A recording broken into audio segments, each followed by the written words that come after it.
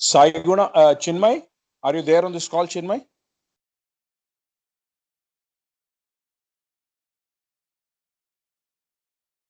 Sai Ram, Chinmay? Visalakshi? Uncle, both joined. I don't know, some error, network connection. No. Visalakshi, you call All India President. He's having a difficulty. I believe the password it is asking. Why is it asking a password for him? No, it won't ask, Uncle. I'll call him. I'll call him. You connect him. You connect him. Yes. Yeah. Guna, in the meantime, you can start, Guna. Sure. Sai Ram. We'll all start with 3 Omkar and Sai Gayatri.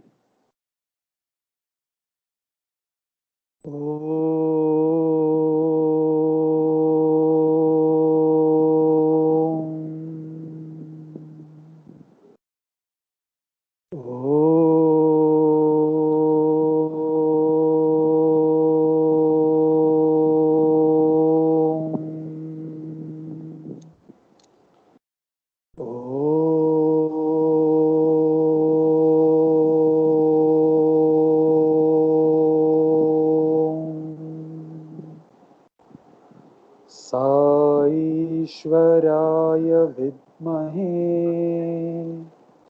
सत्यदेवाय धीमहि तन्नः सर्वः प्रचोदयात्।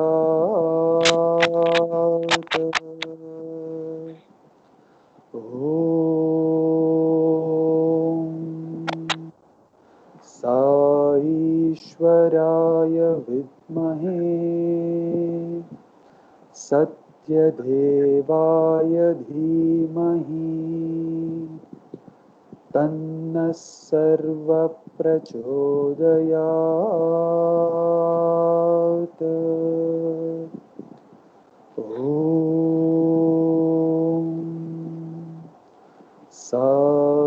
ईश्वराय विद्महे सत्यदेवाय धीमहि तन्नः सर्वः प्रचोदयात्।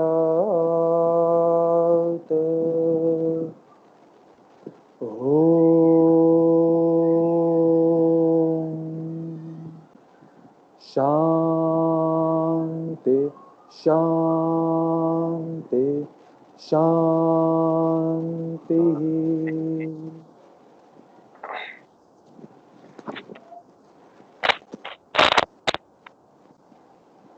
Om Sri Sai Ram, offering my humble salutations at the lotus feet of Divine Mother Sai and invoking His divine blessings to start this satsang of ours. Sai Ram sir and Sai Ram brothers and sisters. Today, Swami has given us yet another opportunity to hear His glory through another wonderful instrument of His, owned by Bhagawan in His very electrifying presence. Bhagia sir, as he is lovingly called by the entire student fraternity, Bhagia sir has guided thousands of students for almost close to 3 decades, helping them firm up their faith in Bhagawan, teaching lessons what he has learned near the feet of the Lord. Brothers and sisters, just like you are sitting in this session today, right now, I had the opportunity of sitting in his classroom 14 years back. We had the privilege of being taught by him different subjects such as operations research, quantitative methods, and most importantly, a subject which was taught by Bhagawan himself to MBA students in the earlier years, leadership. Sir, it's a wonderful privilege to have you with us today and hear you talk again about the lessons learned in the journey with Sai.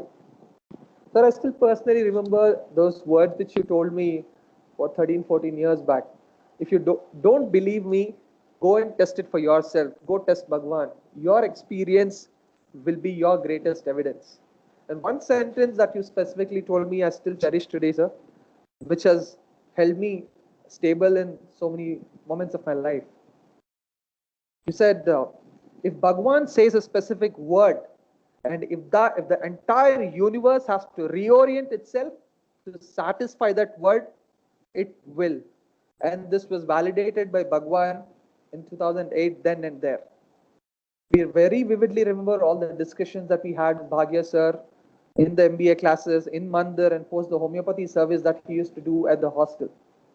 Brothers and sisters, I've personally benefited in this journey and learned a lot with sir. Okay, Bhagia sir had held senior leadership positions in the petroleum sector way back in Holland and in Mumbai and others. And he came back to Bhagawan on the call that he received from Bhagawan in the year 1980, in the 1980s. He has phenomenal experiences with him of how Swami physically manifested himself in Holland when Sir had called, based on the word that Bhagawan had given, or be it as the doctor of doctors in his daughter's life, or how Swami brought him back into this materialistic world to serve a specific purpose, and many, many more. Today, we will all hear him talking about his experiences interspersed with leadership lessons, and what greater testimony that we need when Bhagawan himself has acknowledged his faith publicly in a discourse. Sairam sir, without wasting much of everybody's time, I request you, please start the satsang. Sairam. We also have the august presence of our All India President today in this session. Sri Nimish Pandya ji is also here. Welcome to you, sir. Sairam. Sairam sir.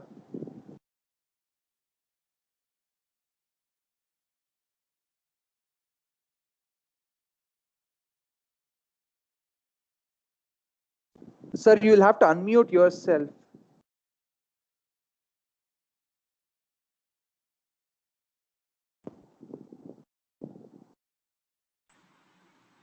Are you able to hear me now? Yes, sir. Oh, very good. Sorry, technically I'm not sound. So this sound doesn't go. Right.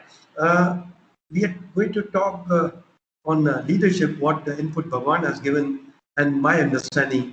Fortunately, right from beginning, Swamiji had given a wonderful opportunity to deal with the MBA boys, particularly the subject which I love the most, where Swami gave the maximum input, was leadership. So I don't know whether it is going to be interactive. If it is interactive, it will be very nice. Just a couple of questions, because I consider all of you that audience where I can share what Bhagavan has given it to me. Swami, these are the interactions which Bhagavan has given. So therefore, I'm presenting it here also. That what is leadership? What is leader? Who is leader? Can anybody give quick answer so that we can go more in detail? If not, then I need not wait for the answers. Shall I make it as one way? Sairam sir. Sairam. Sir, leadership is idealism in action. Okay, idealism in action. Yes, one more. The unity of thought, word, and deed. When Excellent.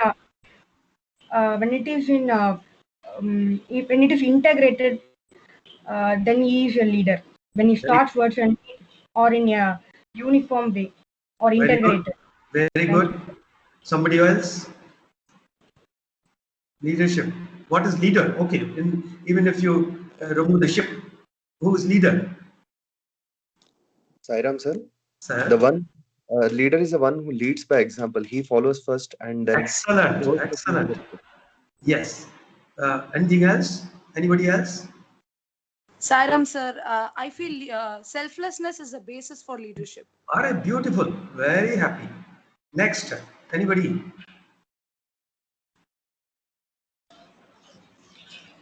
Leader is one who leads oneself than others. First leading is. All right, beautiful. I think there's no need to now elaborate more on leadership. Nonetheless, more I'll give input, interactions with Bhagavan than the theoretical concepts. Okay, let us start. We will. I'll present just a few slides, which will is more for me rather than you. Or maybe if exam you have to appear, then it may be useful to you. I'll leave it with you people. Then some reference will be available. Okay. Then let me see.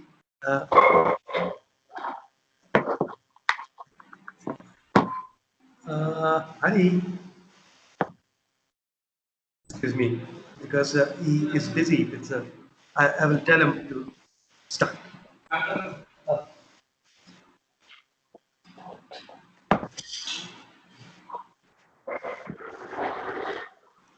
Sorry for interruption. Now I want to open this and tell me where to go on pressing. No, it doesn't.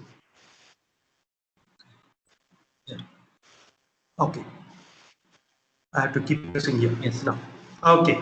I just Bhagawan had said that the leader, actually, this all Swami's given input in tri session way back in late 80s, 86 or 87, 87.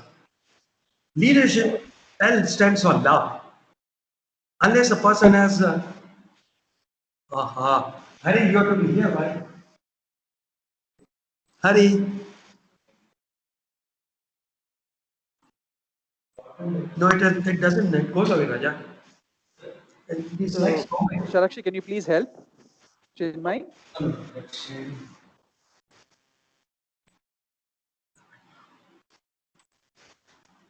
I thought it's uploaded, right?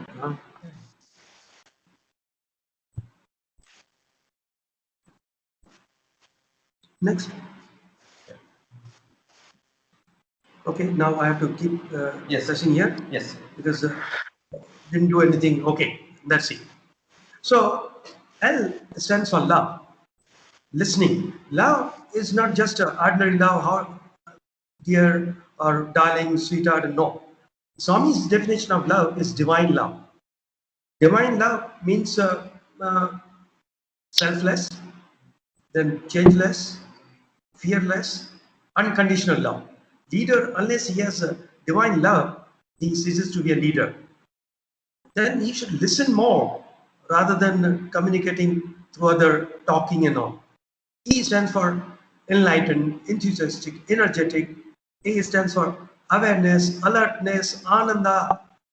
D, dedicated, dutiful, disciplined, elevating, encouraging, inquiry, responsible, resourceful. Unless these qualities are there in the leader, individual, he ceases to be an ideal leader. Swami is talking about ideal leader. And leader is one who keeps on, actually is a servant of his group rather than, as somebody said, he has to, not just simply getting work done in a manager. No. Okay. Then let us see the next slide. Now, Swami said Lord Ganesha is the best symbol of a true leader. He has a big head, symbolizes wisdom, thoughtfulness, big ears, listen carefully, big trunk, which with the senses and smells sharply, stomach absorbs all shocks, riding a mouse, control of senses. So with these qualities, then only he becomes a leader. Quickly, I'm going through this so that we have some background, then we will discuss more about Swami's interactions. What is the difference between love and hate?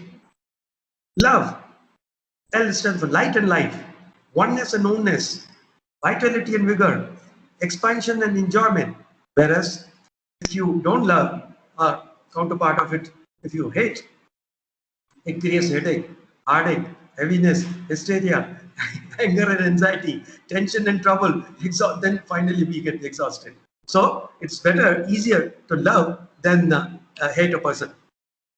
Now, what is the difference between a management-oriented person and leadership-oriented person? Management-oriented person will have a strong work ethics. Don't think that the efficient or effective manager is just not to be aimed at. Strong work ethics, but leadership-oriented is a strong ethics in the work. Similarly, predominantly skills-based, whereas leader is predominantly value-based. Motivated by love for power, that's a manager, whereas inspired by power of love, pure love. Disciplined by organizational control, he relies on the self-discipline, effective communication manager. He has to have, but leadership will have authentic communication. Manager is a personality centered, whereas leader will be principles centered. Focused on appropriate behavior, he focuses on character. Now, talking about the character, let us see what exactly is the character in terms of Bhagawan's terms. It reminds me a small story, if you don't mind. Uh, 5 years after starting the MBA course, that is 86, we started 1991. When we went to invite Bhagawan, that Swamiji, please come and for every year we used to invite him, rather pray to him to come to us. So when we went there, he was very upset. He said, 5 years, you people, management group, whatever you ask, I give.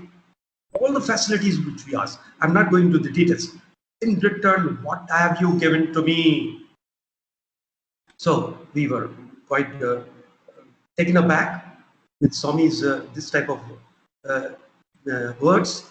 So he gave the courage. Said, Swami, please tell us, what do you expect from us?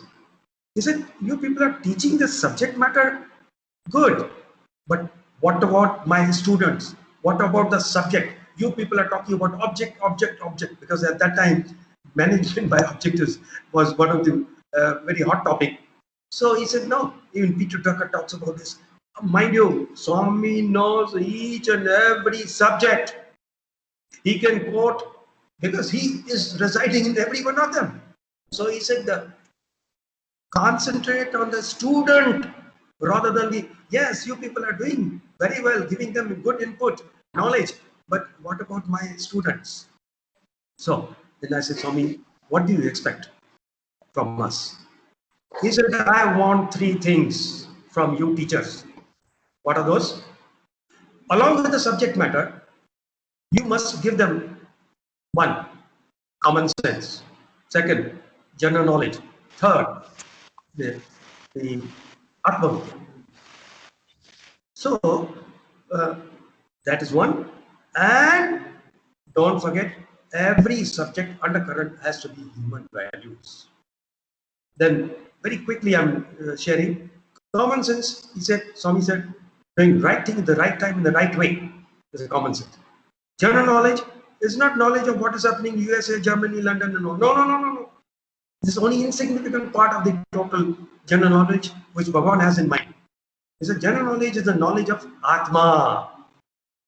He said, in college, you people give various fields, knowledge, share in various fields, but root of all the knowledge is Atma Vidya, self-knowledge. Okay, so that should be imparted to the students.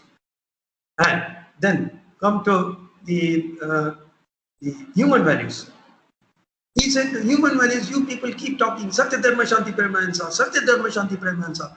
What is the human values? How do you see practically the human values in a person, whether he is practicing or not? We were quiet. Swami himself gave the answer. He said that person with character is putting human values in practice. So he should have character. Again, character-wise, he went on very depth. The individual character, national character, fundamental character. I'm not touching all those because it will take a very long time. But he says, what is the character? Again, character 2. He said, control of senses and unity between thought and body. If he has that, then he is practicing humans. So this is focused on the leader has to have a focus on the character. The character reminded me interaction with Bhagawan. Okay, let us proceed. An ideal manager, which we may now say leader, because Swamiji talked about only ideal leader, but when he's ideal leader or ideal manager, it's one of the same thing. So the ideal leader will move from memo to mercy. That means manager can issue memo. He said, no, just don't issue the memo. have mercy on your subordinates, see the overall perspective, then there will be a lot of conflicts in the management styles. Nothing wrong, but ultimately the ideal leader should show the cooperation. He said there will be always opposites. Any part of life, there are always opposite. In fact, the whole creation is built on the two opposites: good and bad, right and wrong, evil and so. Even the magnet, which has North Pole and South Pole, we said that they are poles apart. They're opposite, but there is no opposition in them. Huh? North Pole and South Pole together form a magnet. So the conflict should lead to the cooperation. Friction. You may have a friction. You may have difference of opinion. If you're a true ideal leader, then it should resolve finally into friction. From the law, no, he should do that, he should not do that, it is not permitted.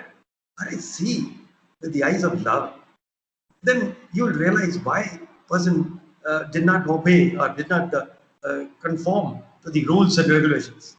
Similarly, you should not have how to harm the opposites and opposition party. No, help them. Okay, next.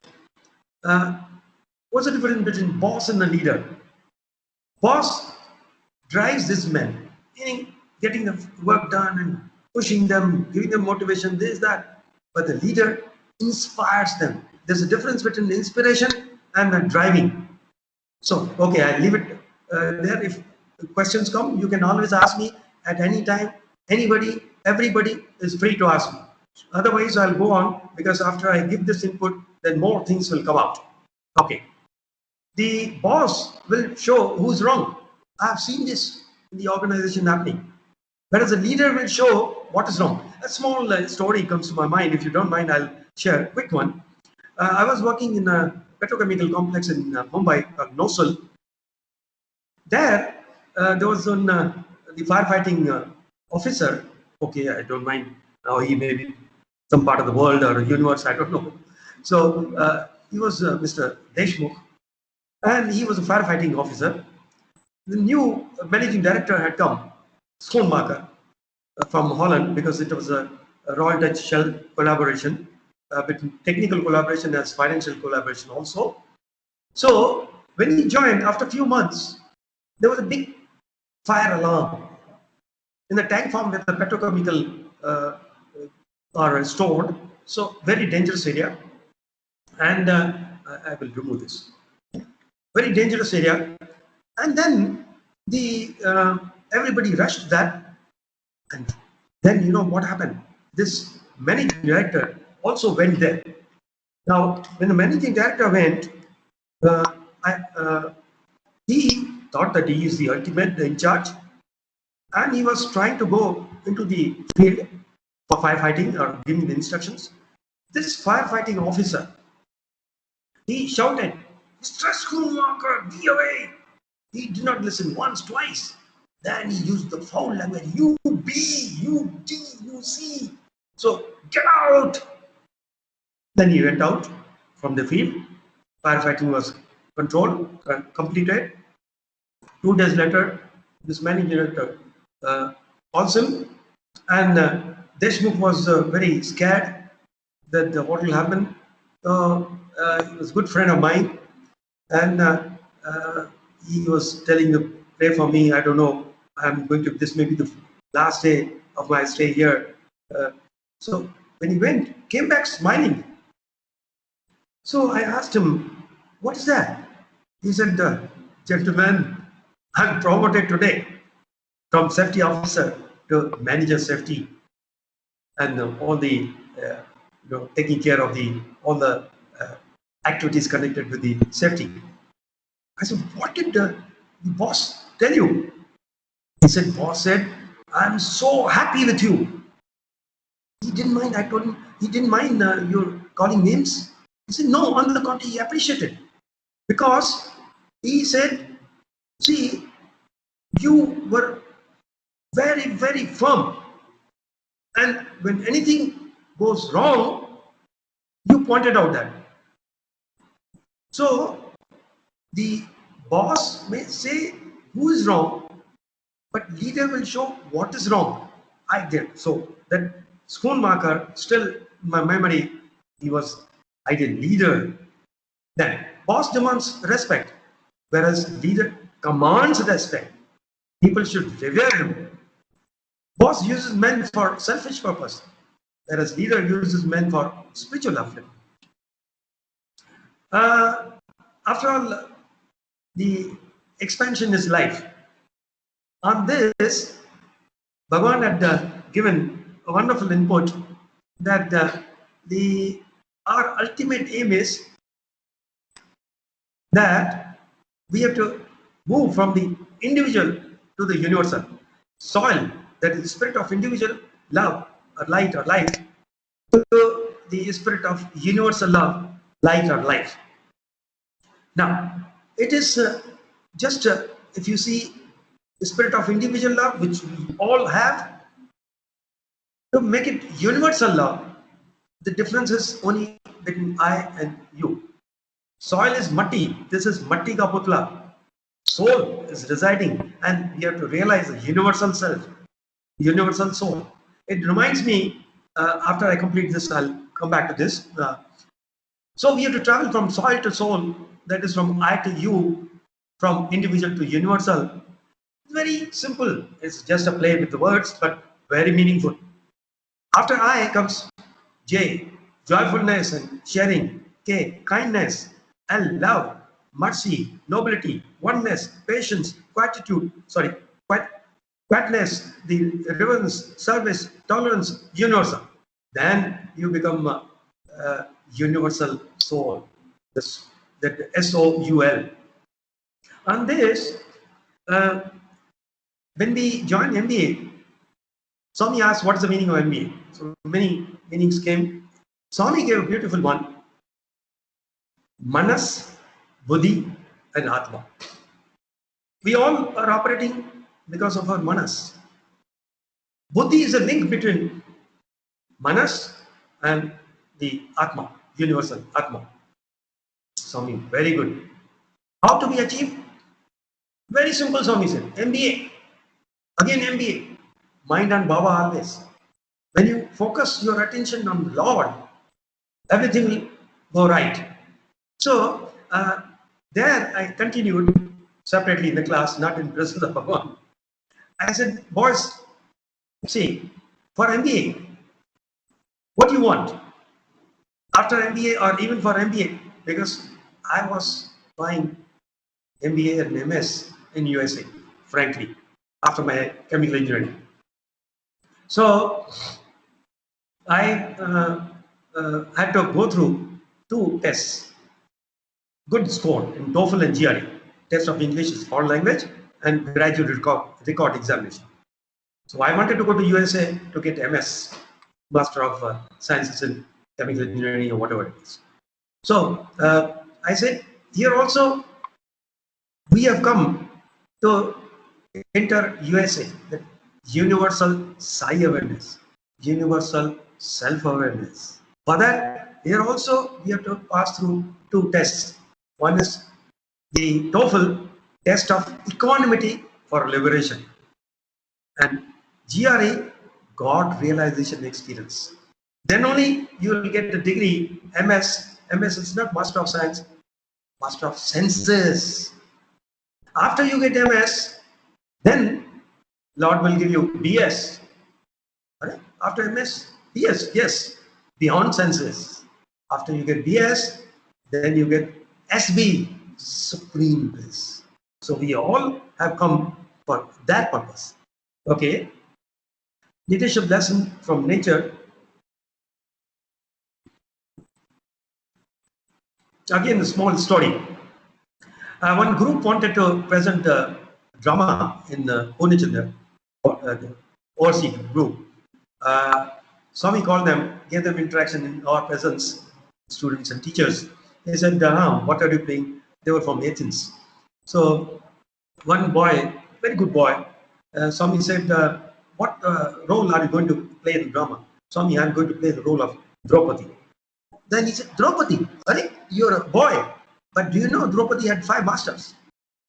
And yes, Swami, see how he connects. He said every man has 5 elements as leaders, masters available in nature. Learn from them. Then he gave us the input on leadership.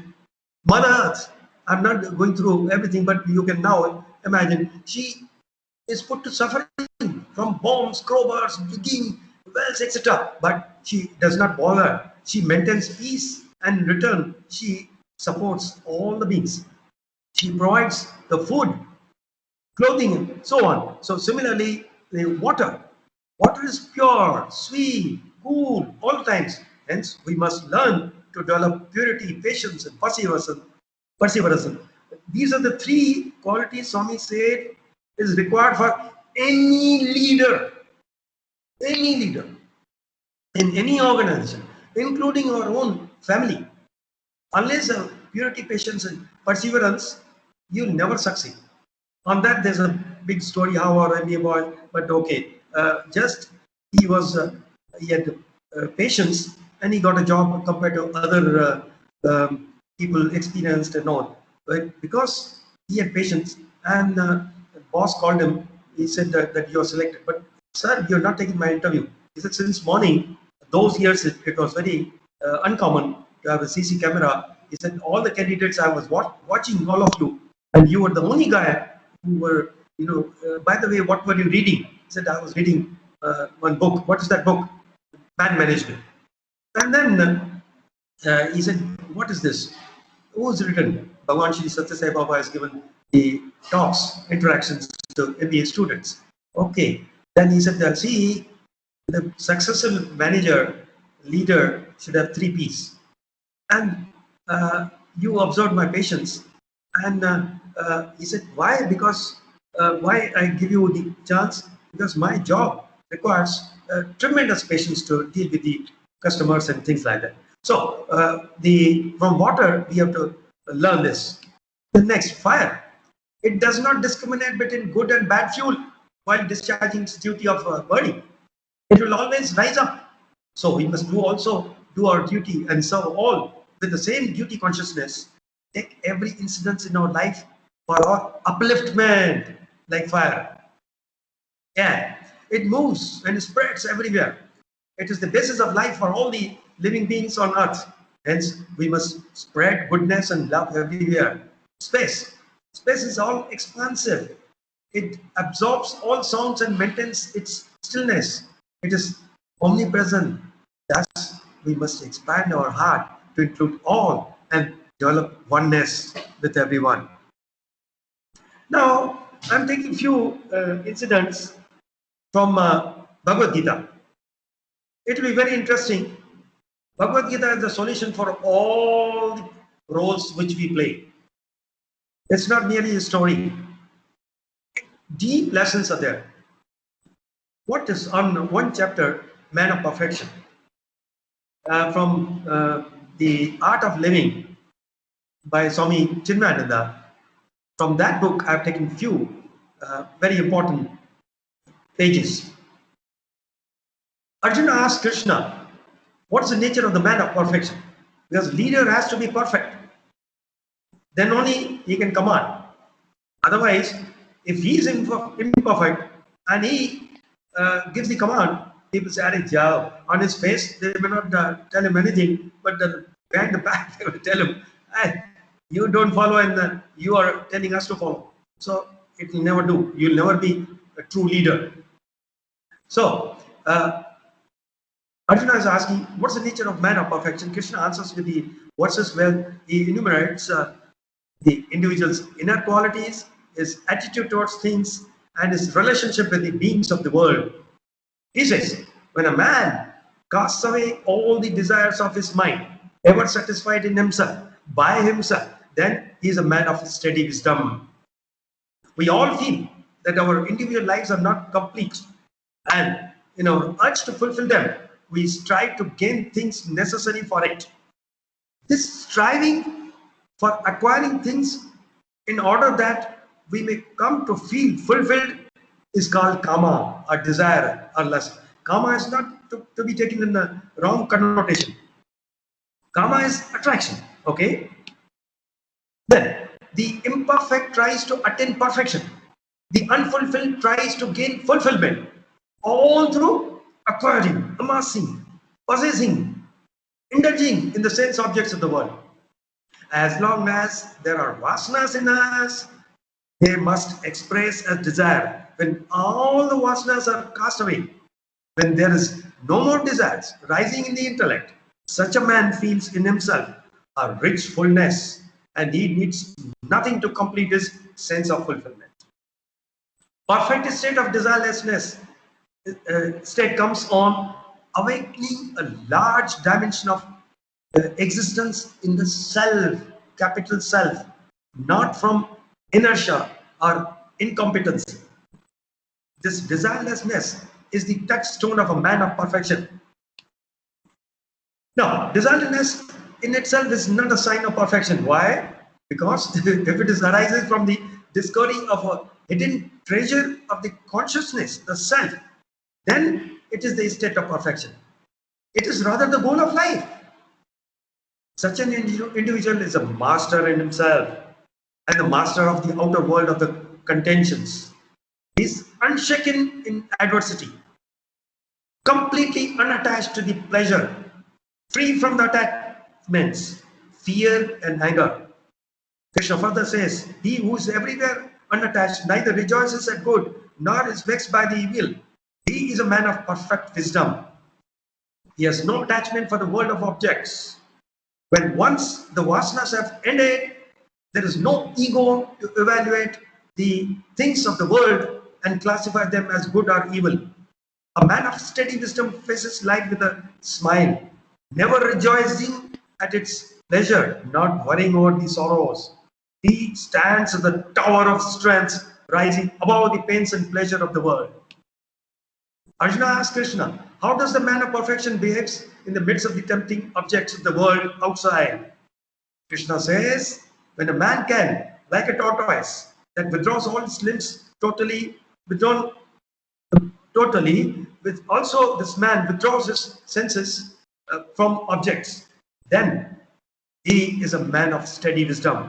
A man of perfect disciplines himself so well that the 6 factors with which he perceives the objects after objects, 5 sense organs and the mind, are all entirely under his control. He can, at his will, easily withdraw the mind and senses from their objects.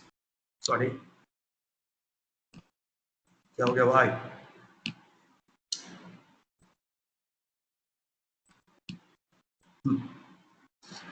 Arjuna asked man, sorry, I'm not taking how to. Okay. Arjuna asked Krishna, how does the man of perfection behaves in the midst of tempting objects of the world outside? Krishna says, when the man can, it's repeated, excuse me, he goes away. I'm not familiar with this, excuse me.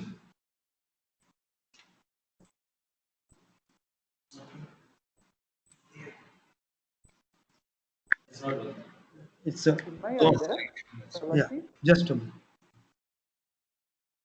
Yeah, because that arrow went away. Oh. All right. Which slide?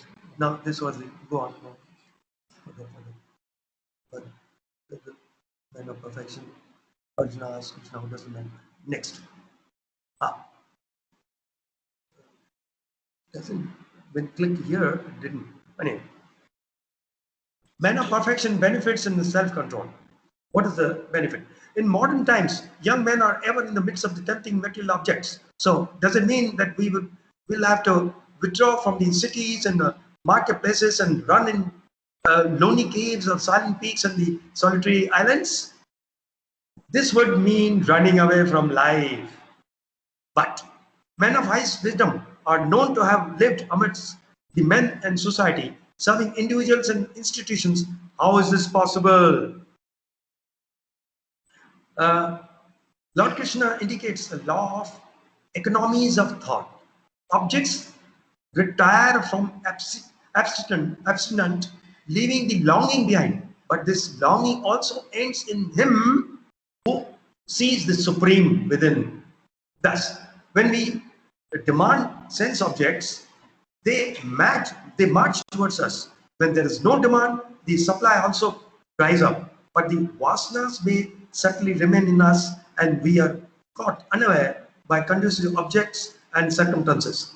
The suppressed vasanas will burst into irrepressible plague of expression when these objects come.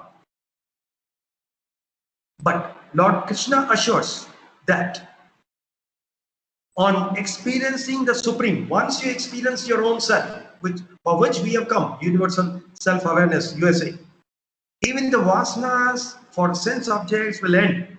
All the longing for the dream objects end on awakening from the dream.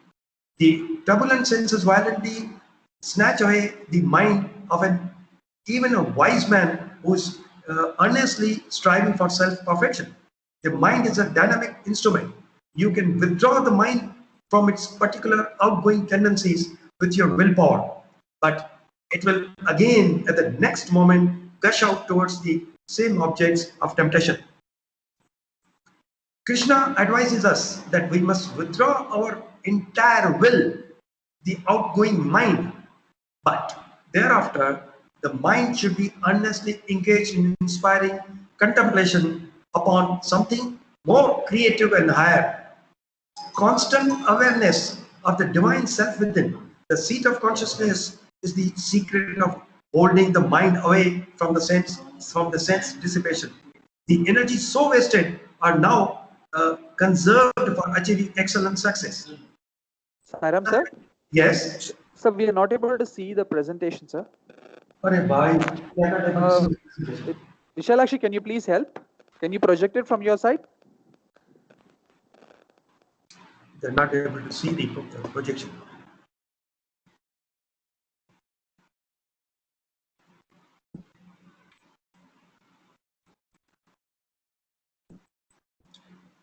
She'll only do it. They will do from their end. Vishalakshi, take controls and present it from your side. Wherever professor asks you to roll on, you can roll it on.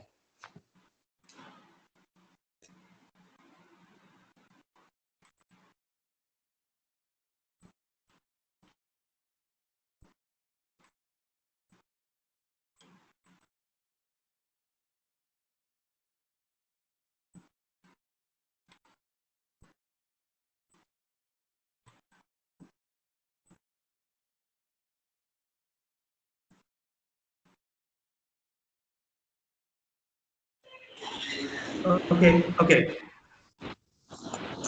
Sir, you can also take control, sir. You can also take the control. Hello, Vishalakshi. Yes, No, I brother. think what we can do, no, you can whenever sir says next, right, you just change the slide. Okay, so sir can just keep delivering the talk, right? Sure. Okay, fine. Okay. But I should be able to see here also. Yeah, she Big screen.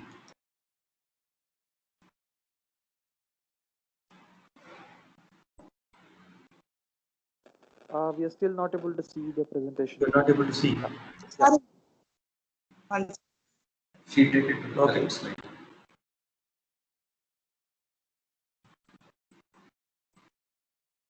Right from beginning we have to go through.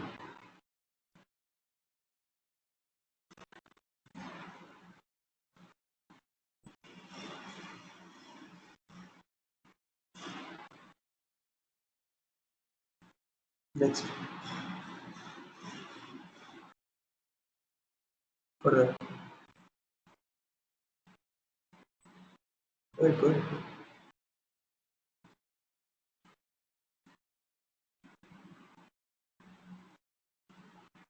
No. You're stuck. Are you stuck? I think they're not able to take one. Next. We are going from the beginning again.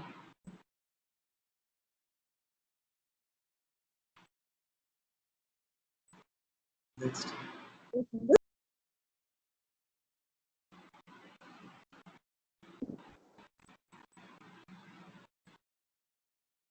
Go next. Next is many more slides further down. Next, I'll go on telling you. It was on Bhagavad Gita. Last maybe 1 or 2 slides of Bhagavad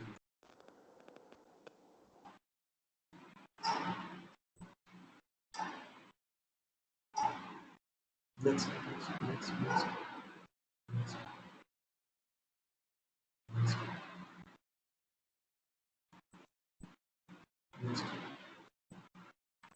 Oh no, before that, before this. Being oneself now. Who is perfect in action? Yes. Okay. One slide earlier. Let me see. One more earlier than this.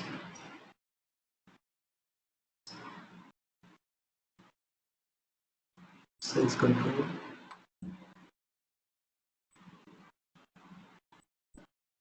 Okay, we'll start with the next slide.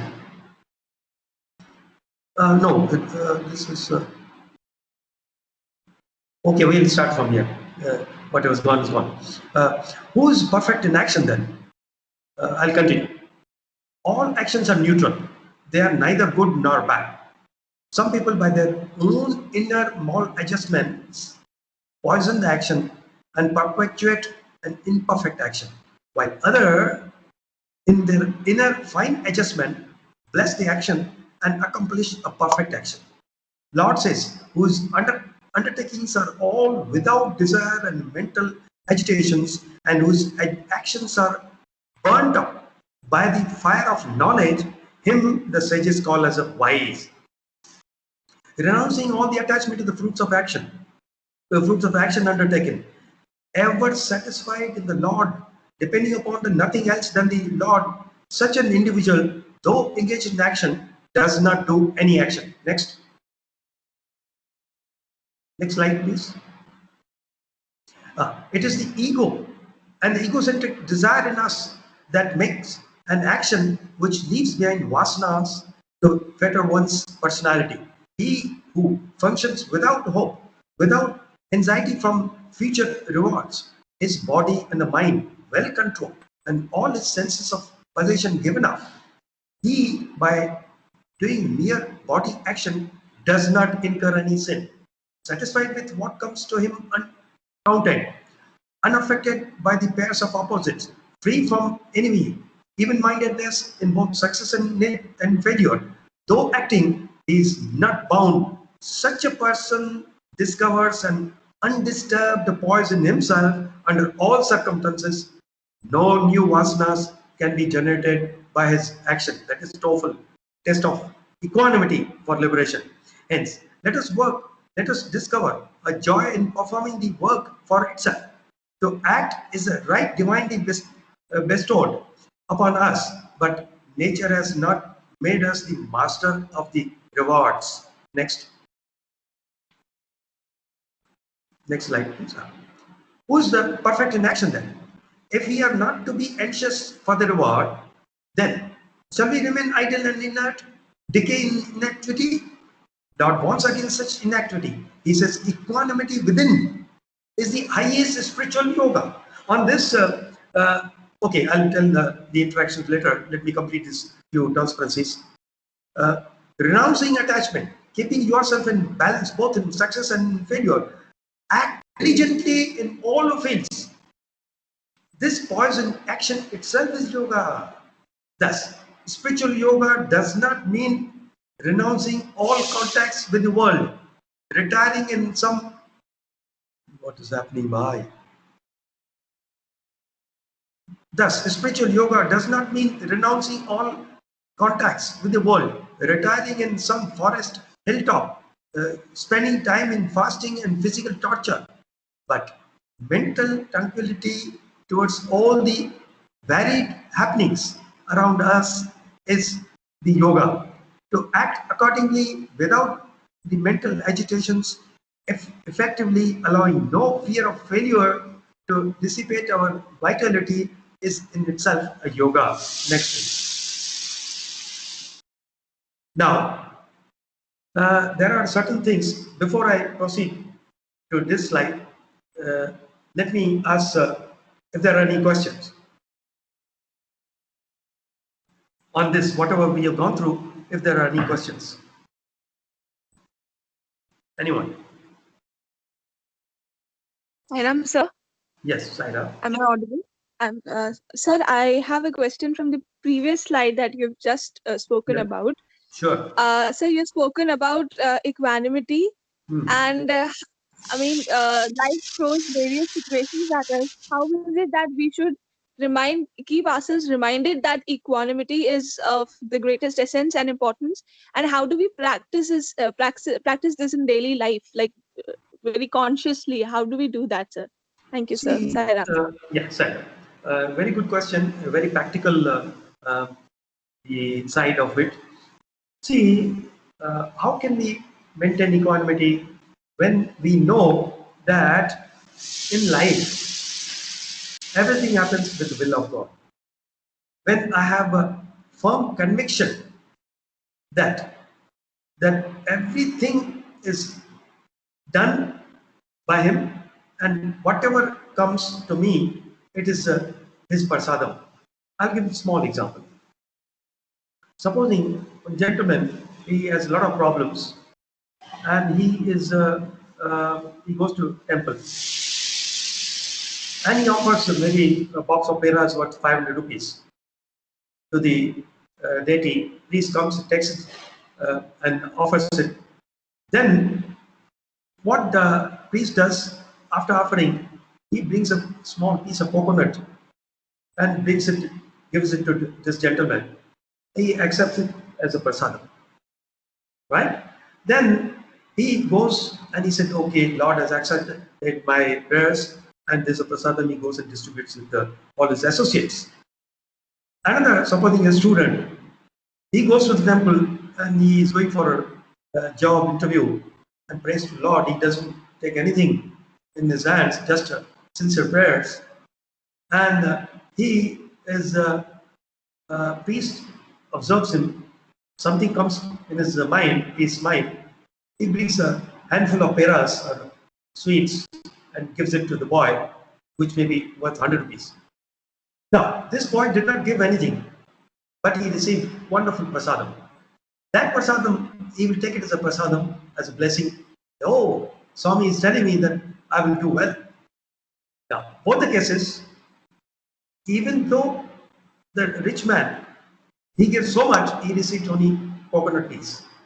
Student did not give anything materially, but he received so much of grace. So whatever comes in our life, have conviction that it is good for me, it is His prasadam. Then, yes, disturbances will come. You have to have the continuous thinking of Lord, that He is operating through me and around me. Everything is happening with His will. Then initially it will be quite difficult. For instance, I'll give a small experience. Swami worked on my anger. I used to be very, very short-tempered since childhood. Swami worked on my anger. But the positive side is that I got several interviews because of the inherent anger. Very first interview, he asked my wife, how's your Durvasa? Then Swami explained, Durvasa is not a bad person, but he has he's very short-tempered. Why? Because he doesn't like disharmony between thought, word, and deed. Then Swami said, unity between thought, word, and deed, you become Mahatma. Disharmony, thought, word, and deed, you become Duratma. So, therefore, don't show your anger. Then I said, Swami, several interviews, I'm just combining all and giving you the interaction. It's not in one session. I said, Swamiji, please help me how to work on anger. One early morning, darshan time, Swami gave interview, me and family. And he again blasted me that you're not able to control. I said, Swamiji, what do I do? Tell me, when the anger comes, when people behave like this, and when I know that I'm right, and then immediate people around, they just ignore me. Or so how can it be, Swami? How can I keep quiet? And so Swami told my wife that whenever he feels angry, bring a glass of cold water and give it to him. Then I said, Swamiji, in the interview room, you can be very free because he's president of each art. I said, Swamiji, if she brings a glass of water, not only I'll throw the glass out, I will tell her, come on, cut up. You want my anger to come down? Because I know, Swami, this is not. He said, okay, when you feel angry, you go away from that scene and go and take rest in the next room. And Swami, kya baat karte hain? How can I leave that place and go and sleep? No, Swami, impossible. I can't do that. Then he said, okay, then just close your eyes. It will not be possible, Swami. I need your help. I've done all these things. It doesn't work, Swami. Then Swami smiled. He said, okay, I'm helping you. Interview what? Came to the college. And very first interaction with Dean. And he says, Bhagia, the industrial tour reports, they have, boys have written, and it is not to be corrected, not assessed. Just for their sake, we say that they should write the report so that they will be very alert what they are seeing and they have to write. And where are those reports? Give it to me. I said, sir, I have not corrected. No, I'm not asking. Neither the Vice Chancellor is asking. But give it to me. Sir, you want to read all these 35 reports and each person has written some 20 pages and all? Is it? No. I will take that as a assignment, written assignment in the communication class. I mean, they need not write another assignment. I said, no, sir, this is not correct, sir. We never told them that this will carry marks, 25 marks for the assignment. No, sir, this is not correct, sir. So why? It is their handwriting. They have written. I want to see how do they communicate. I said, but it is our duty to explain, beforehand, warn them that this is going to be your assignment. Then he said, no, it is the. I said, sir. Then he exercises authority. I'm your boss. Do what I tell you. Okay, take it. But my conscience doesn't allow. We are not doing justice to the students. He said, I said, sir, okay, you take it. But with your awareness, I'm going to inform to the controller of examination and if need arises, you will saw me. He kept quiet. Next day, he came back.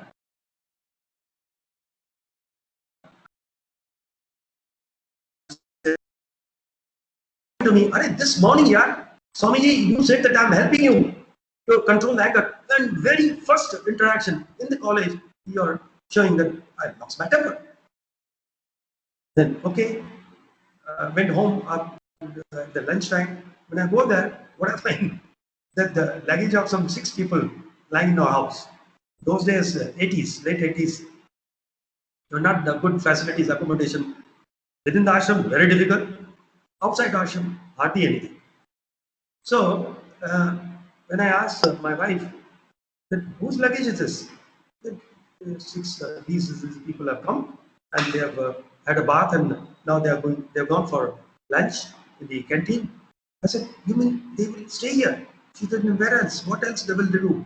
Where is the accommodation? I said, why did you allow them? Again, my short temper came out. Why did you allow them? Then she said, Dekho bhai, they are your relatives, not my relatives. I kept going. But in my mind, kept on telling Swami, you said you are going to help me. This is the way you are helping me, and more anger is coming out. Then, after several months, Swami called us, interviewed private now. And there, again, he said, Kaisa hai tumhara durvasa?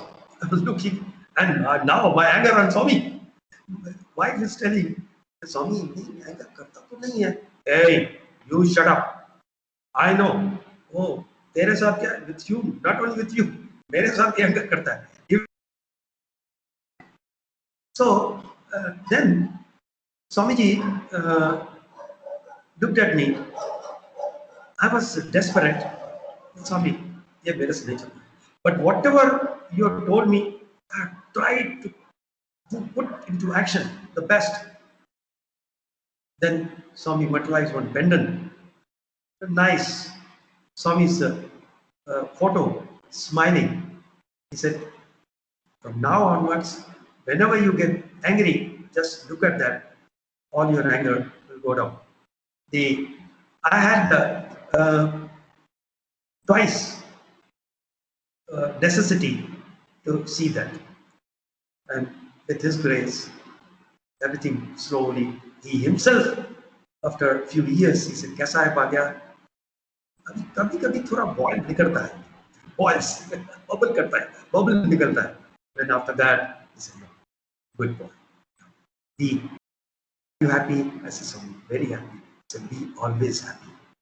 So now the moral of the story, or what the outcome becomes, that you put your best, he will do the rest.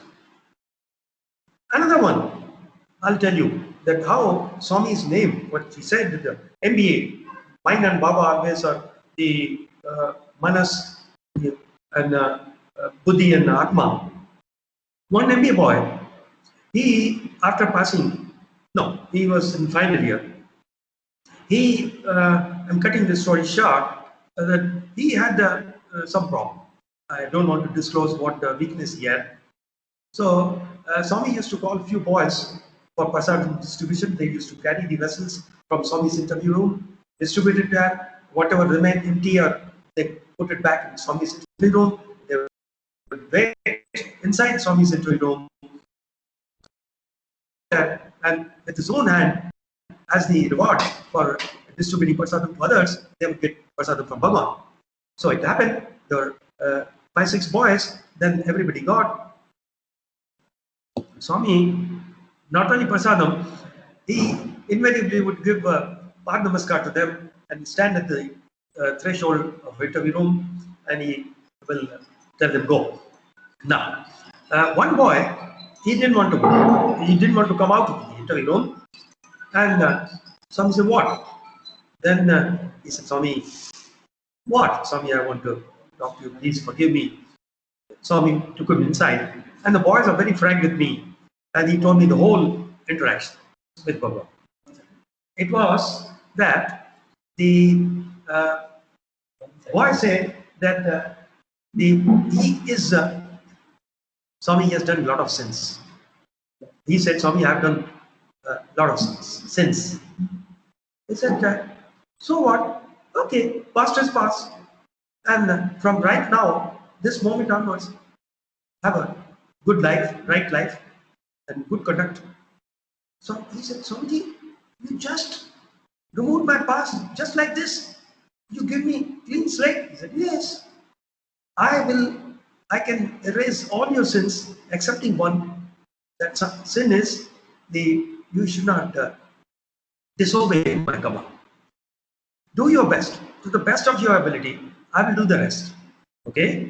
Then he got a job in a super specialty hospital. Then working very hard over there. Then still he had some vasanas. So, but Swami still gave a chance to him. And one day, he told Swami, "I'm not able to get rid of this problem. What do I do?" He said, "Take my name." "Swami, I'm taking your name, but it doesn't work." Swami became so apparent, acting as angry.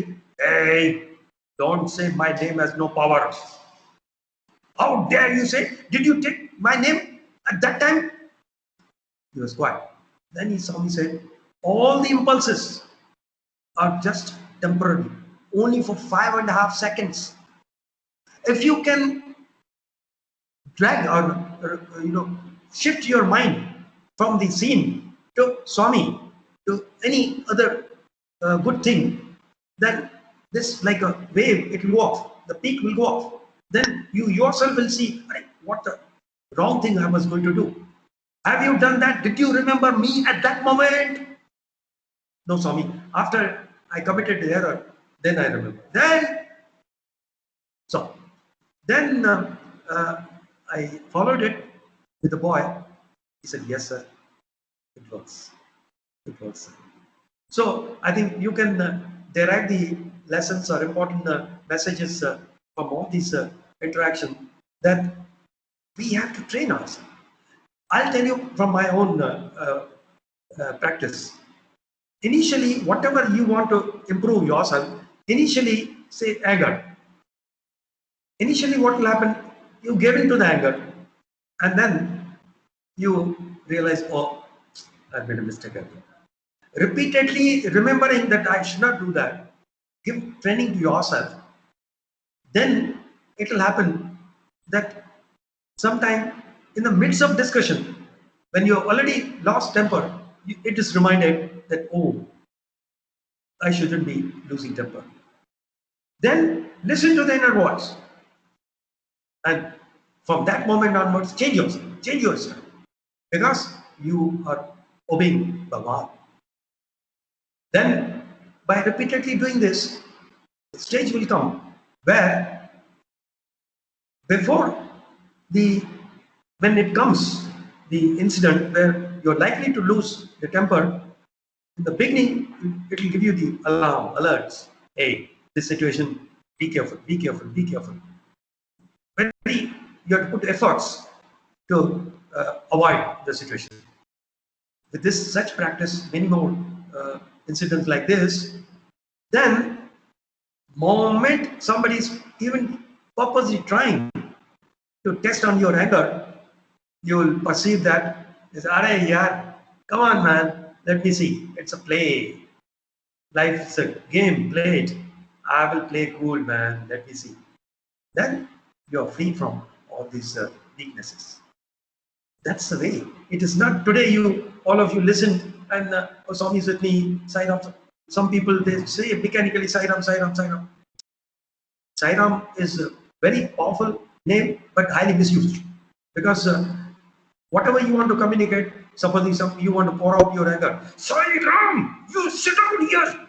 This is the way Sai Ram is used. When you take his name, you remember his glory, his love, his patience, his purity. How can you use word Sai Ram? It's better to tell, hey, you fellow, go out.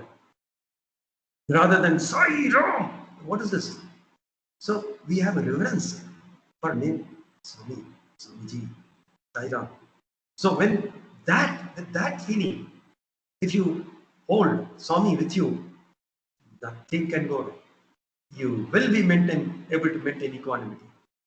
Because if you don't maintain equanimity, then what is the use of life? In fact, I'll give another story, although, yeah, I have time. Once it so happened in Tri, boys were pleading to Bhagawan that Swami, please give us interaction. Because they were on a summer project, Sunday was to come, and next day was Sunday, they were pleading. Swami said, no. Please, Swami, please, Swami.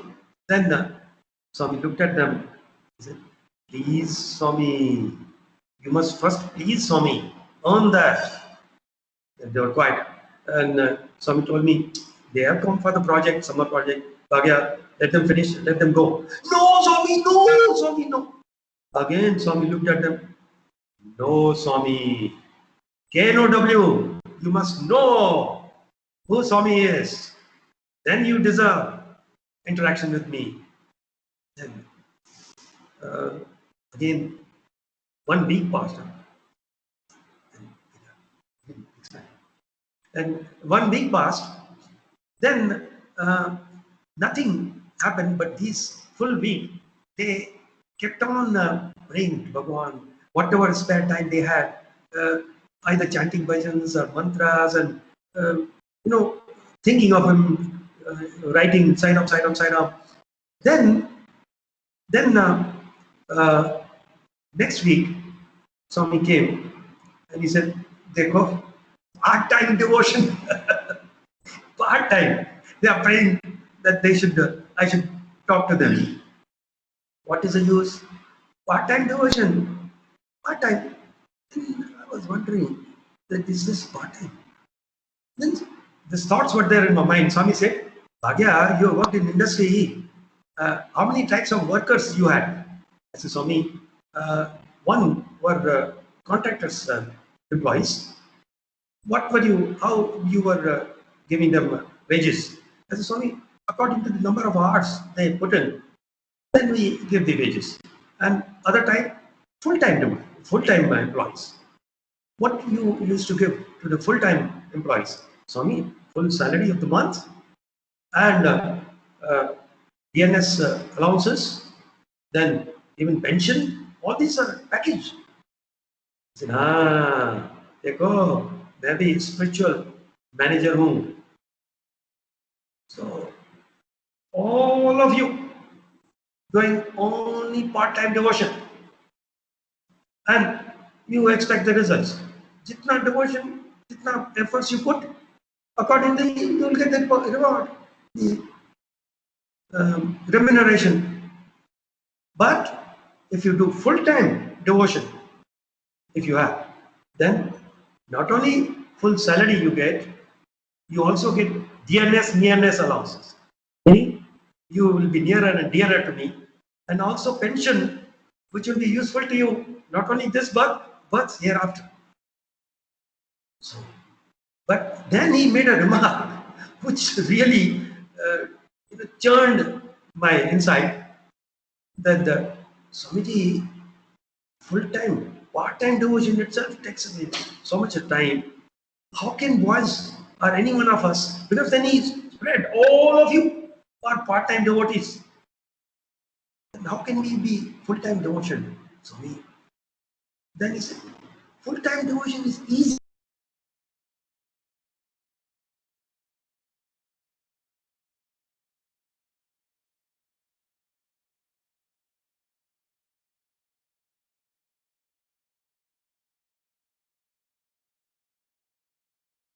Sairam sir, we lost you, sir.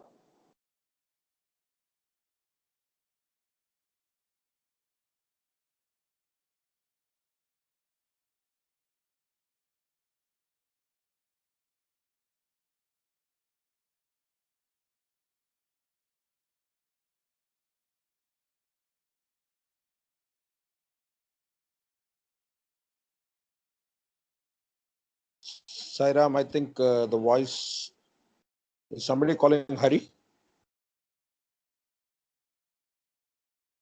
I'm calling, uncle. I'm calling.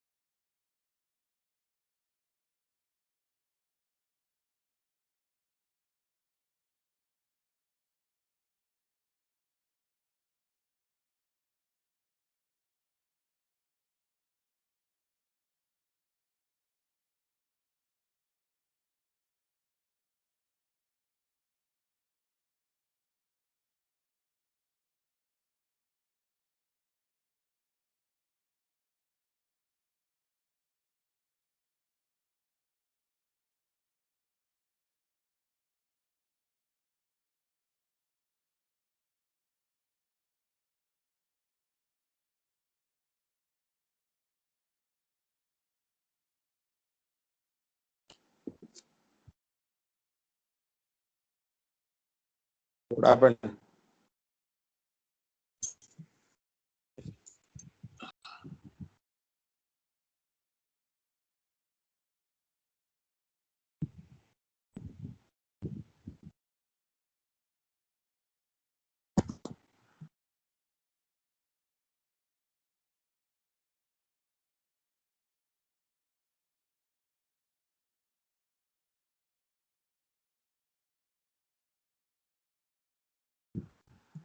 Yeah, Visalakshi?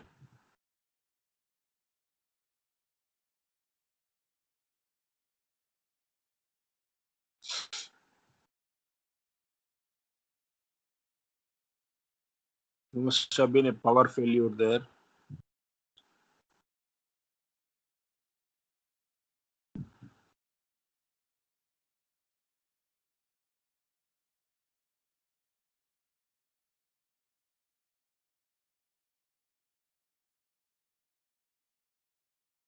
It looks like a power failure there. Yeah, that's right, sir. What happened, Visalakshi? Were you able to get in touch with him?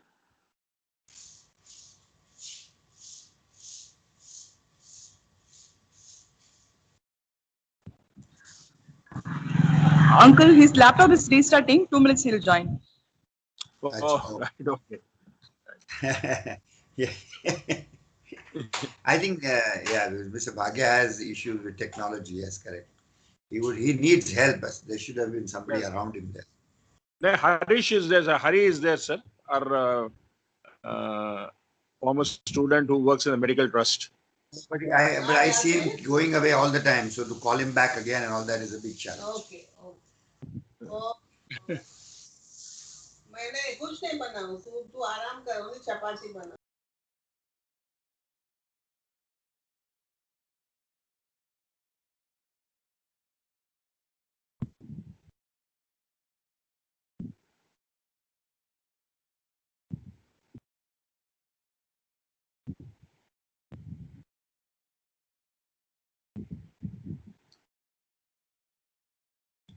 And Visalakshi, we should also keep a tab on time. It's almost about an hour and 5 minutes that we've done. Uncle, yes. You just mentioned him Yes, that, yes. he has another 20 minutes or 15 minutes before he goes for question answers. We'll have to wind it up exactly Yes. in 1.5. Yeah, sure.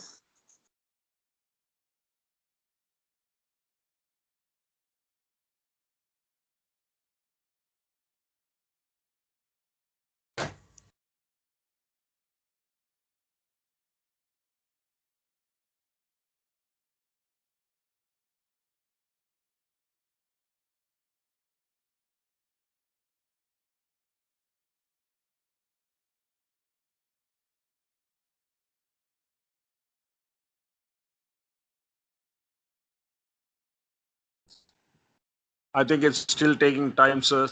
So would the All India President want to mention anything in the meantime, a couple of minutes to participants?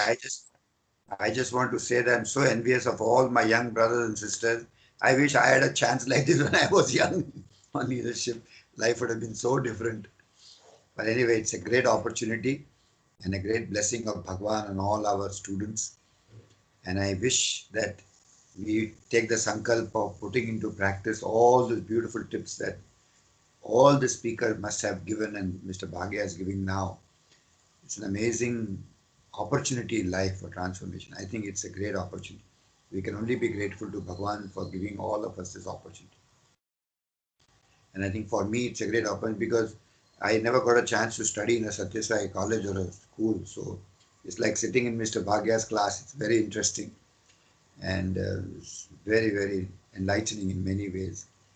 It's so beautiful. Swami's words are so meaningful at every stage in life, whether you are 60 or 20 or 30 or 40. Hardly matters. I think it's just that when you start, that is the moment of reckoning. I think that is the moment when life transforms.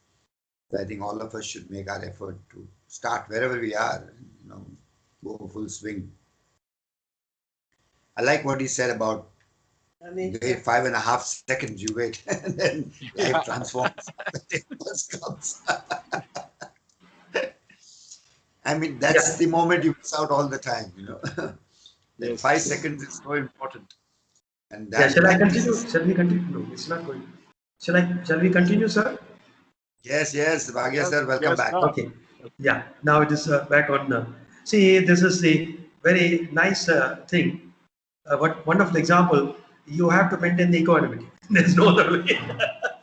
It is all his will. We got the interruption. Okay, so we were on the, let me recollect. Yeah, part-time and full-time devotion. So then he said the full-time devotion is easier than the part-time. I said, how, Swamiji? In my mind, he said, I have my own yardsticks of devotion. Then he said, maintaining equanimity under all the circumstances at all the time is full-time devotion. So that is the way. Then I asked Swami, how can we maintain equanimity all the time? He said, only when you have firm conviction. Swami is omnipresent, omniscient, omnipresent, and omnipotent, then you will know that everything is happening because of Swami. You are also alive because of Swami. Swami means not the physical form of 5 feet 3 inches. Swami principle, Sai principle, awareness, consciousness, God, Atma, whatever you call. So that is the way we have to proceed in our life. There will be failures, but we should not get discouraged, and with practice, definitely will come. Any other question before few more slides are there? I'll just finish that, unless some questions are there which should be answered even before seeing these slides. It will take hardly a few minutes now to complete this. We will finish the presentation and then take the questions. Yes, that will be better, because some of the questions will be answered in these remaining slides also. Okay. Now, for the ideal leader, we are talking about the ideal leader, because Swami once asked, "What is who is the leader, good, effective leader?" People gave the example of even the Hitler. Swami said, "No, he is a selfish man. He is not an ideal leader." Swami finally gave 1 or 2 examples. All avatars, ideal leaders, and another few. Even you will be surprised. Mahatma Gandhi, Jawaharlal Nehru, no ideal leaders. He told so many. Even Swami Vivekananda, no. Swami's standards are very, very high. So he accepted, to some extent, he said J. Tata and Lal Pal Bahadur. So even the political side, and all the Ramakrishna Paramahansa, yes, he accepted. But there also he gave me few. He said, "Can you believe?" Swami said, "Ramakrishna Paramahansa only 75% realized." Please don't quote me or misquote me. What Swami said, to give me the idea. Even he said, Nisargadatta Maharaj 100% realized. Chain smoker. Then Raman Maharshi 90% realized. I said, "It's too much, Swami." I asked him, "Swami, why Raman Maharshi? Everybody calls him Bhagawan." He said, "Yes, he had no body consciousness, and he used to wear langot, just linen." He said, "You should not give scope to anyone for any wrong thoughts." So he didn't take care of that. Ramakrishna Paramahansa Swami, why 75% realized? He said, 1 or 2 incidents he gave. One, he was stuck only in the form. Mother. Finally, when his guru Totapuri broke the bottle, and the broken bottle pierced the glass bottle, pierced in his forehead, and he became unconscious, told him, "Now you meditate on the pure consciousness." He was already unconscious, so told him. Then he said, "Hey, everything is same one." So that was one flaw. And second one is that when Vivekananda tried to test him by putting coins under his bed, he got up. Fire. Something wrong with the bed. Swami said, "See the importance, huh?" Swami said, "See, why should he have a difference? Even this money is also, there's no Maya, everything is God. So what? If he has to touch or be close to money, so what?" He has to still understand that. So according to him, only 75% realize. And Nisargadatta Maharaj, who used to be chain smoker, about his life story, when the director's father had written in the 80s, Narendra's father, director Narendra, Dr. Narendra, was Vrindavan director. His father, Damodar Rao, he wrote, and he wanted Swami's blessings on the life story of Nisargadatta Maharaj. Then he went, and Swami, "I want to publish a book on this." I said, "Oh, yeah, this Pandiriwala," fully realized. Even though he used to smoke, he's fully realized. So his yardsticks are very, very strong, very high. So that was the. Now let us see the selflessness. Ideal leader, true self-interest teaches selflessness. This is a few slides from Tao of Leadership. Beautiful. I will read some of them. Heaven and earth endures because they are not simply selfish, but they exist on behalf of creation. The wise leader, knowing this, keeps egocentricity in check, and doing so becomes even more effective. Enlightened leader enlightened leadership is service, not selfishness. The leader grows more and lasts longer by blessing the well-being of all above his own well-being. Paradox: by being more sorry, it's not coming up. Okay, we can go to the next slide. Doesn't matter. Next one. Next slide. Sir, I'm controlling the slide, sir. Oh, wonderful, wonderful. Because for me also I have to read. I don't have any other notes. So, okay. What is the traditional wisdom the leadership should carry? Our own culture, the Eastern culture. Our job is to facilitate process and clarify the conflicts. That is the leader should do. This ability depends less on the formal education than on the common sense and the traditional wisdom. The highly educated leader tends to respond in terms of one theoretical model or another. It is better simply to respond directly to what is happening here and now. Make sure that any model you do have is compatible with traditional wisdom. Admire the wise of all the religions. Next. Give me next. For example, most people act in order to fulfill their desires. They believe that the world serves them, but the wise leader serves other and is relatively desireless, even defenseless. Most people are plagued by the endless needs. I think I can skip this. Next. Appearing foolish. This is very good. The best work often seems idiotically simple to the group members who are unaccustomed to this sort of leadership. Yet, a great deal happens. Perhaps it looks as if the leader is only sitting there and has no idea what to do. But it is just this lack of needless intervention that permits the group to grow and be fertile. Perhaps some disappointed group members expect an expert who would expound freely. You can read yourself. I'll give one nice example. When the computer center was being installed in our institute, Colonel Jogara was the in charge of all the civil works. He suggested to Swami that Swamiji, we should install the computer center in the basement in the institute here in Parthi. Swami said, no, see, if the rain comes, it will be all, water will seep in. No, Swami, the rain comes from the hills and I'll make a very nice channel, nala, so that the water will be diverted, it will never go to the basement. Swami tried very simply, softly. It appeared, or he allowed it to appear that Sai Baba ko civil engineering kya mano? He doesn't know any civil engineering. So Swami said, okay, go ahead. Swami didn't say it, Swami should, okay. Then it was constructed, the basement area, where the actual computer center is underneath that.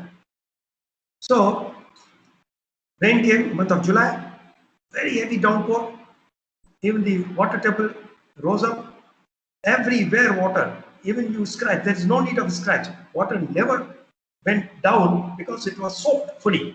Then the water started coming through the channel, through the soil, through the sand, to the computer center. All the computers were floating, submerged in water.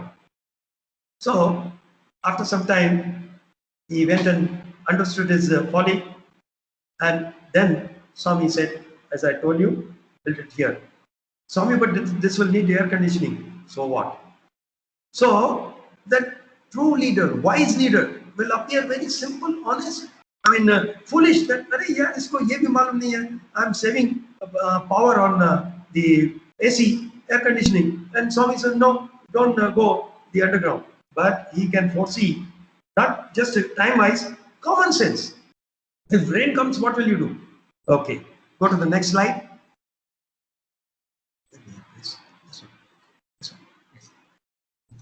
the leader who is centered and grounded can work with the erratic people and critical group situation without harm. Being centered means having the ability to recover one's balance, even in the midst of action. A centered person is not subjected to passing whims or sudden excitements. Being grounded means being down to earth, having gravity or weight. I know where I stand and I know what I stand for, and that is ground. Face the realities. And there's some very incident comes to me. I was in Bahrain, Middle East country, and very highly technical people. They had designed the plant and operated fully automatic, and it was a desalination plant, RO plant, supplying water. 30% of the water of the country was supplied by this plant, where a swami, with his permission, I was made in charge. One day, when I went there in the evening, I found the power was fluctuating. And I told him that please, we can put it on a manual.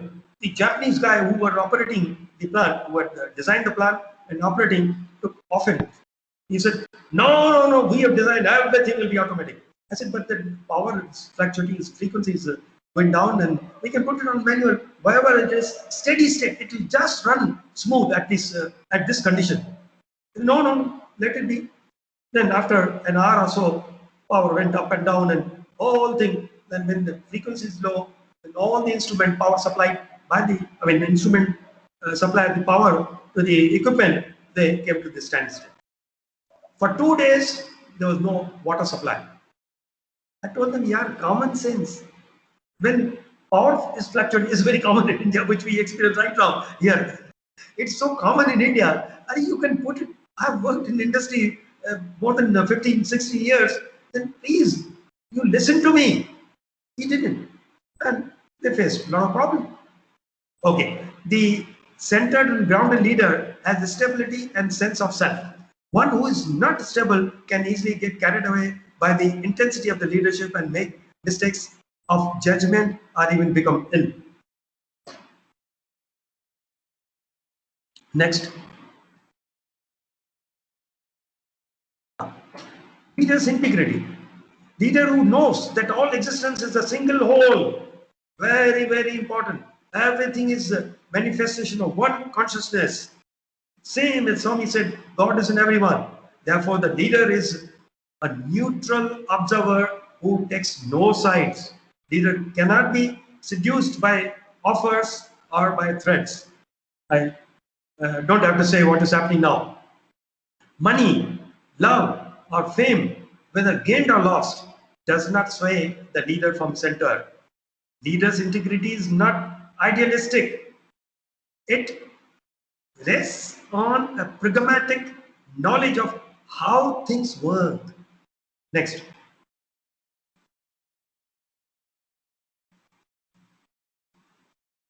Okay, simple life. If you want to be free, learn to live simply. Use what you have and be content where you are. Quit trying to solve your problems by moving to another place, by changing associates or careers.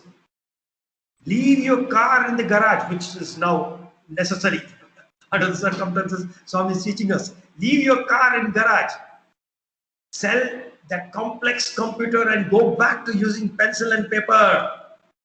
Rather than reading every new book that comes along, read the classics. Go on, reread the classics. Eat food grown locally. Wear simple, durable clothes. Keep a small home, uncluttered and easy to clean. Keep an open calendar with periods of uncommitted time. Have a spiritual practice and let family customs grow. Of course, the world is full of novelty and adventures. New opportunities come along every day. Be a witness. I think this is the last. Okay, I'm done with the transparency, sir, including the interruptions. I'm open to any discussion, any questions, sir. Sir, and all the madams, all my children, I can take liberty of calling all the participants, excepting the elder one, as my children. Sairam, please raise your hand and unmute yourself, and then you may please ask the Yeah. question. Okay. Okay. That's good. Sairam Abhishek, please go ahead. Sairam sir. Sairam. So I want to know, has Swami told some easier thing like to know like what is Brahma Vidya? Is sir love all, serve all, and heart ever, help help ever, heart never is. So this is the Brahma Vidya or like something beyond this? See, when we are in the particular class level, he will give the teachings according to our stage of life or evolution. For instance, one small example I'll give you. In primary school, up to maybe 8th, 9th, or 7th, which is true for us also even at this age, that sun rises from east and sets in the west. Everybody knows, everybody accepts this, the observation fact. But when we go into the geography, we realize sun is relatively stationary. Sun is not rising and going down. It is the rotation of the earth around its own axis that gives us a day and night. Now, that is the truth or higher truth. But earlier one is also lower truth. Both are truths. Even now, after understanding that also, we say, hey, no, sun, we will make a statement, sun will never rise from west. It will always rise from east. We are so confident. But we know back of the mind that sun doesn't rise. It is the rotation of the earth. So similarly, whatever he is giving us, the input, where he is giving, to whom he is giving, who are the participants in that, he will give the formula not only for that person, variety of people, all. So if you pick up what suits you, good, take it. To love. Now, there also, this also, I want to tell you. One day in early interviews in late 80s, I told Bhagawan, the Swami, we all know that you are avatar. You have no doubt. I want to listen from avatar's mouth how to make best use of avatar. He looked at me, didn't give me the answer. Interview was over. He started distributing vibhuti packets to all of us. And in fact, he didn't give me the vibhuti. He would start with. He gave to everybody, came to me. He gave a bunch of vibhuti packets. And I had to hold both the hands. He said, and so much with the force that vibhuti splashed from the corners of the vibhuti packets. Then he gave me two sentences, which is the essence of avatarhood, mind you. Looked into my eyes. He said, love. Love is God. God is love. Live in love. Then some other incident, he had said that love, start the day with love, spend the day with love, fill the day with love, end the day with love. That's the way to God. And love is not just ordinary love, hi darling, hi sweetheart. It is selfless, changeless, fearless, unconditional love without expecting anything in return. That is love, divine love. So that will reach you to the goal. Love is God, God is love, and live in love. Second sentence, he said, at the higher level, aham karam. Aham, I, Atma, is constant. Akar, the form. When form meets the aham, then it becomes ahamkaram. The body consciousness is ahamkara, ego, identifying with the body. Not that the realized person puts his hand in fire, that he says, nothing is happening. He's controlling his senses.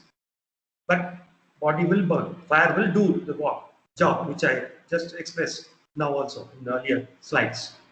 But you have to maintain equanimity. What exactly meant ahamkaram? That hold on, all discussion is that hold on to Aham inside. Atma. Atma is not only inside, everywhere. Now, believe me, to understand love, love is God, God is love, live in love, start the day with love and all. Relative, quite simple. As far as possible. Go on doing that. That's what he said. That love all, serve all. Love, that is the pure love. Love all, serve all. Means when you are serving somebody, you love. Or when you say that I love someone, show it in your selfless service by it. You can't simply say I love. So with that itself, we focus so much, all our impurities will detach from us. After that, when you are purified, then you can think of what is that aham. Remove the impurities. Unless you remove the impurities, you can't have darshan of your own self, which is there, which is operating, which is everything. So that is the essence of the aham. I'll tell another story.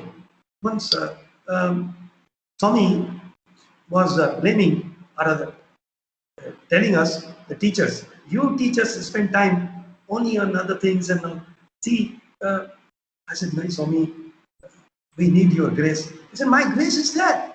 You're not utilizing it. I said, Swamiji, to understand your grace is there, we need your additional grace. Said, unless you shower grace, how can we function in your life as you expect from us? He said, then what about human efforts? You do your best. I said, Swamiji, I don't know, bent upon.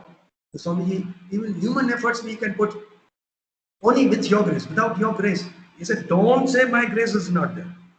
Grace is there, you are not utilizing it. So even to understand, we need the bonus grace. I went on telling this grace. Then finally, the discussion was, just imagine, between the two pillars, Swami was standing. We were seated in the third block, front row, I was there. And Swami on behalf of, or rather, I was debating on behalf of teachers because Swami was very upset with the teachers on certain things, or certain our behavior. So I was interacting with Swami, we need your grace. Then he called me, hey, come. Then I said, Swamiji, your grace is. Then very softly he said, yes, I know. Then I'm sharing my personal thing today. He said, you are talking about Swami in the classes now. Very good. I'm very happy with you. I'm always pleased with you. Then he gave a book that you will not do anything which will displease me. I said, Swamiji, I'm not talking about myself. Whole group, I'm with them. He said, Dekho, up to a certain point, whole group can progress. After that, you have one-on-one relationship with me. That means up to certain level, you can progress spiritually by following all general things. Finally, you have to go deep within to find out who you are. Then he allowed me, I was more comfortable when he said that each person has individual relationship with Bhagawan. I said, Swamiji, but what is happening? Why we are not able to please you? You are giving the same discourses to each one of us. Why it is happening that some of us are able to follow to some extent, others are not, or others are lagging behind? Then he said, see, there are a few things. How many of you have firm conviction that Sai Baba is God? Even if some of you have firm conviction, you have fear that if I put into action what Bhagawan is telling, what will happen to me? What will happen to my family? What will others tell about me? Even if you overcome that fear, you people have personal desires, vasanas. You want to, impart those desires on students. For instance, when Swami said that the MBA, why 27, 28 subjects, 15 subjects are read off. he selected this subject. Some of us, we said, no, how is it possible? In fact, some people gave a thought that, Swami MBA thodi pada hai. He doesn't know what is required in the field. We have to give input. So it is my desire that I must give the input to the student. I'm not following Swami. That's he doesn't know. Fourth one. He said, some of you come from outside. You have mental cancer. I can cancel the cancer which is on the physical body. Mental cancer, I cannot. You have to overcome. Supposing, he said, give an example. Supposing you have malaria, even if I give you sweet dish, it will test better. You don't cherish what I'm giving you. Then another one, he said, even sweet dish you are able to test, but your disease, if you have diabetes, how can mother give sweet to the child who has a diabetes? So, fault lies always on this. Okay, I hope I have given more than the answer for the small question. Anybody else? And you have to tell me, yes, it's only 9:48. Sairam, we have another. So we have about another 2 to 3 minutes to Very wrap good. up. Yes.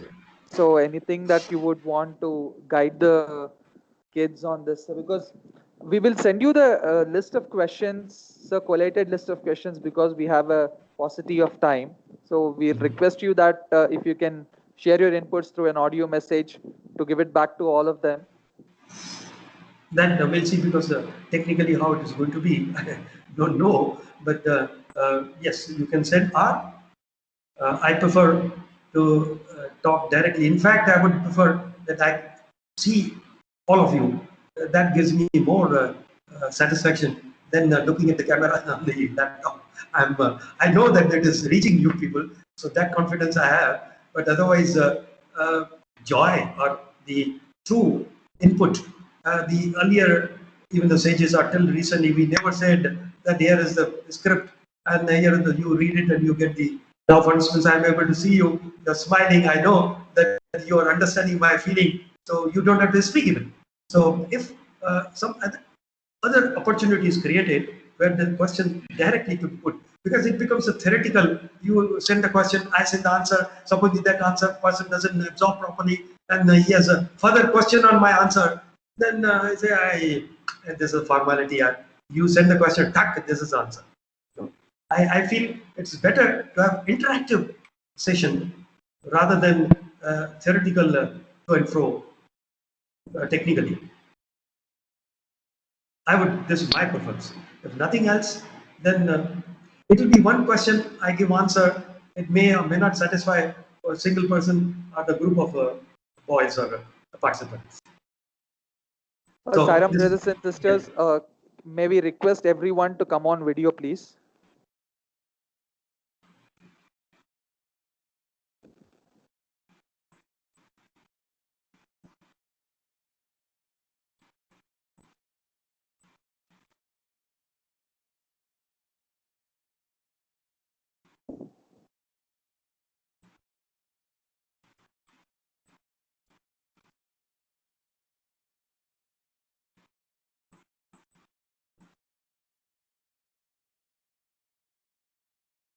AIP, sir, any few words that you would want to say, sir?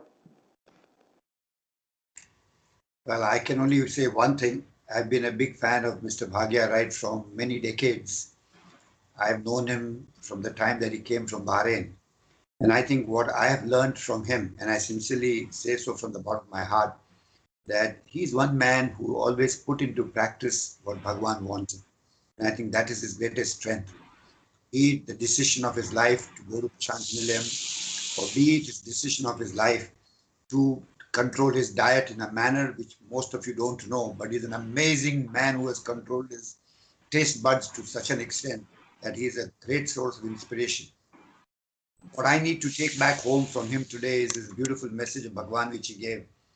That it's that one decision when the impulse comes, and that 5 seconds are so important that changes the course of your life everywhere. The faith that Mr. Bhagia reposed in his master is an amazing story of inspiration, which all of us, and especially my young brothers and sisters, need to put into practice immediately. I think it is that one step of practice which is most important. The commitment to put into practice what the master has said, undisputably, without any intellectual discourse about it. I have also learned from Mr. Bhagia that putting into action and his story about his control of anger is a great lesson. I think today's biggest takeaway for me is his personal effort to control that anger part of it. It's a great lesson for all of us that how to put into practice. And I think that's a great carry home for me. I mean, I'm really blessed, and I was just, Mr. Bhagia, I was telling all the students while you were offline that this is the grace of Bhagawan on all these young men and women. There are millions of young men and women in this world today, but it is this few hundred that are privileged to even think in this direction, even to imbibe such great values from a person who's a practitioner himself is an amazing act of grace. I don't know how many millions of blessings your parents and your great parents would have granted upon you for you to get this opportunity to listen to a practitioner of spirituality. And I think that is the greatest carry home. The leadership program is only a platform, but I think, as he rightly said, at one point of time, maybe we are a group on a leadership program, but ultimately the graduation is to that one-to-one relationship with Bhagawan. And I think that's a great carry home for me. And though I may be a little younger or a little elder to him, but for me, I have been a student today and I have learned a lot. And I must confess that it's a great thing. Kamala and I both are associated with Mr. Bhagia for a long time, and both of us are pinned down to this mic for 1.5, 2 hours early on Sunday morning. It's been a great privilege. Thank you very much. And I'm sure all my young friends and sisters, brothers are going to take that first step. As Swami used to always say, a distance of 1,000 kilometers begins with the first step. And if you don't take the first step, you can be only brooding like dreamers. But the real Sai young messengers, the Sai young youth, are people who put into practice like Mr. Bhagia did in his life, in his personal career, in his personality, in his realm as a family man, in his realm as a father, everywhere his positive surrender to Bhagawan is a great story for all of us. And I just pray to Bhagawan, he keeps on blessing him and his family in a big way. And may God give him a long life to inspire so many young men and women who come not only in the portals of the university, but now that we have captured him on our platform also, I wish year on year, so many young men and women who cannot be blessed to be in the university will benefit from his greatness. Thank you, sir. Sai Ram. Thank you so much, sir.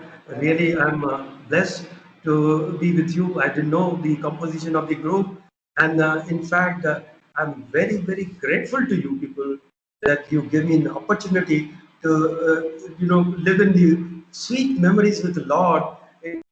Just nearly 2 hours, how it passed, I don't know. I'm honestly grateful to each one of you for organizing this, and but the joy which should come, it has not come to the level which is expected, which is due to the limitations. Yes. We will come to you personally in Prashanthi Nilayam and see them all. Welcome. Swami is above. Yes, sir. By all means, I want to tell all my young brothers and sisters that youth means you feel really hungry. Yes. Bhagia was young. You don't know. He's only lived on fruits for so many years. He's not touched grain. Can you beat it? No grains he has touched. He lived on fruits, meager fruits he lives on to prove to the world what it is. And that is the grandeur of the person to whom we have listened today. Put into practice. Imagine if you don't get your food for half an hour, what will happen to you? And here is a man who lives only on fruits. Can you beat it? Jai Sai Ram. Thank you. Thank you, Bhagia sir. In fact, we had planned for a live session of yours during the valedictory function, but unfortunately due to COVID, we're not able to do this. But we are sure we're going to get all the children back for a live session maybe early next year when we are opening up for the next batch of students, and we will invite all these students also to Prashanthi Nilayam. I think, having heard our All India President speak today about this thing, we should call you Rishi Bhagia now, actually, Bhagia sir said, Rishi Bhagia, we should call you. And thank you very much. I think, Sai Guna, you can do the final. Sir, Rishi Bhagia is my brother's grandson. So you are giving me once again a life. It is Thank you not so much, sir. his first name. Gopi's first name is Harpal Bhagia, but it is Harpal with Swami. Har- Harpal with Harpal. That's what Harpal Bhagia is. Are Swami gave wonderful, pun on this. Swami asked me, "What is your name?" I said, "Swami Harpal Bhagya." Then Mr. Narsimurti was by my side. So Swami was pretending that he's not listening. He said, "What?" He said, "Swami, Haripal. Haripal. Means he is all the time Pal and Hari." He said, "No, no. Harpal. Are wo har. Wife ko palta hai yaar. Not Haripal."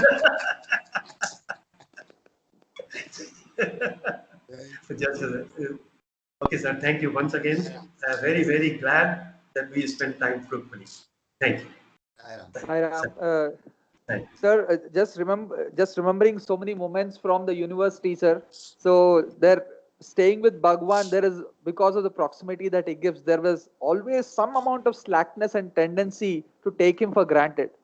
So even in the student fraternity, because Swami used to just come down to the level and interact with everyone, but always for us, like a shocker in the entire system every day. We had Bhagya sir who used to teach us and he used to tell us, mind it, because your great grandchildren and everyone will remember that you were a contemporary when God walked upon earth. Do not forget that. So that shocker was there every day for us, so that we don't take Bhagwan for granted. Thank you, sir, for sharing your experiences with us. If we have an opportunity, we will again come back to you to hear from you the magical experiences that you used to share, which all of the kids should understand, saying that how Swami used to play around. So hopefully AIP sir, the convener, Gopi uncle, and everybody gives us another opportunity to hear from you again. Saram sir, and thank you for sharing your experiences. And also thank brother Harishankar for facilitating all of this. Thank you. Sairam. Sairam. Have a nice day. God bless We everybody. will end with Shanti Mantram. We will end with Shanti Mantram now. Yes, yes.